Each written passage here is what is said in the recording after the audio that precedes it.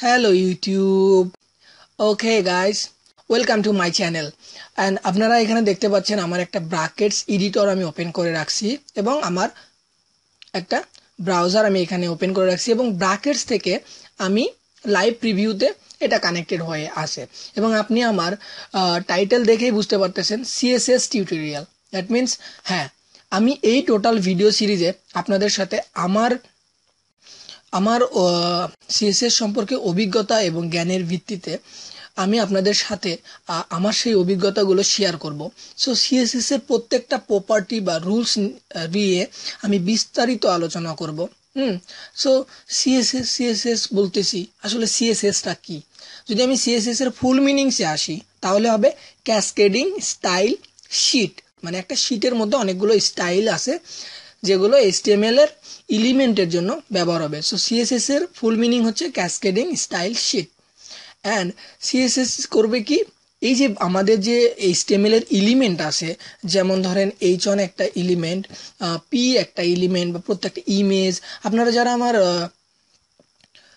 HTML5 এর ভিডিওটি দেখেছেন তারা অলরেডি ক্লিয়ার যে এলিমেন্ট কি।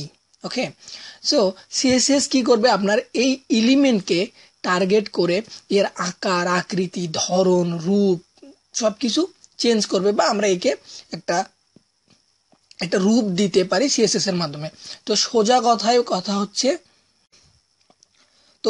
কথা হচ্ছে সিএসএস হচ্ছে HTML এর মেকআপ বক্স।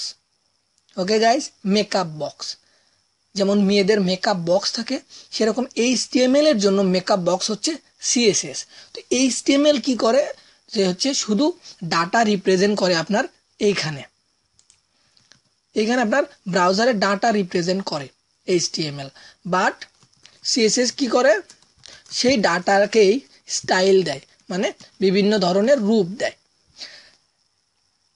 সিএসএস নর্মালি প্রথমে ছিল না। HTML 3.2-তে যখন ফন্ট বা কালার এগুলো যেমন অ্যাট্রিবিউট আসে, প্রত্যেকটা এলিমেন্টের সাথে অ্যাট্রিবিউট ইউজ করে তাকে বিভিন্ন ধরনের স্টাইল করা হয়।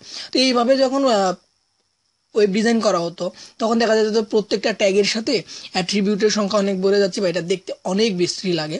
তখন W3C এই CSS ক্রিয়েট করে, তারপর থেকেই সবাই CSS। আর এখন নতুন যেটা হচ্ছে CSS3। সো আমি সিএসএস এর প্রত্যেকটা বিষয় নিয়েও কথা বলবো এবং CSS3-তে যে নতুন ফিচার্স, অ্যানিমেশন, কি ফ্রেমস, আপনার ট্রানজিশন, ট্রান্সফর্ম, রোটেট, যে বিষয়গুলো আছে, এই খুবই কুল বিষয় গাইস। এটা খুবই কুল, আপনারা এতটাই কুল যে আপনি প্রেমে পড়ে যাবেন। CSS3 অ্যানিমেশন এর যে রুলস বা প্রপার্টিগুলো আছে খুবই খুবই খুবই মজার। তো আমরা অনেক মজা নিয়েই শিখব এবং আমি আশা করব যে আপনাদেরকে অনেক সিম্পল ওয়েতে এক্সপ্লেইন করার, যাতে আপনাদের একদম মাথায় গেঁথে যায় যে সিএসএস এর এই প্রপার্টি বা এই রুল দিয়ে কি করা হয় বা কোন ধরনের ডিজাইন করা হয়। তো আপনারা আমার সাথেই থাকুন। আমি শিওর আপনারা আমার এই টোটাল ভিডিও সিরিজটা যদি ফলো করে থাকেন, এরপর আমি কথা দিচ্ছি যে আপনারা এই সিরিজ ফলো করলে তারপরে সিএসএস সম্পর্কে আপনাদের যথেষ্ট জ্ঞান হবে যে কোনো প্রজেক্টে বা যে কোনো ধরনের প্রজেক্টে সিএসএস ইউজ করার জন্য।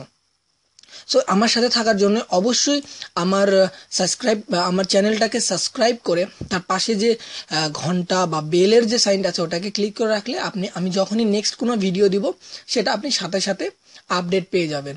আর যদি আপনাদেরও যদি কোনো রিকোয়ারমেন্ট থাকে যে আমরা এই বিষয়টা সম্পর্কে ডিটেলস চাচ্ছি, বা কোনো ধরনের কোশ্চিন থাকে, কোনো ধরনের অ্যাডভাইস থাকে, নিচে কমেন্টস করে আমাকে জানান।